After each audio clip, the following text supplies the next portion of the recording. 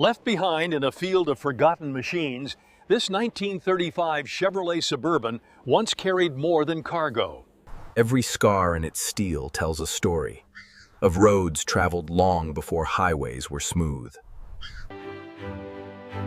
In the late 1930s, the Suburban Carryall became one of America's earliest people movers. In small towns, it connected farms to markets, families to neighbors.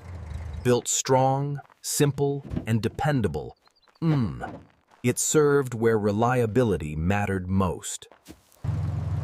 Inside these seats were conversations about harvests, about school days, about tomorrow.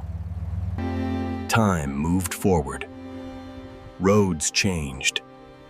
Technology evolved.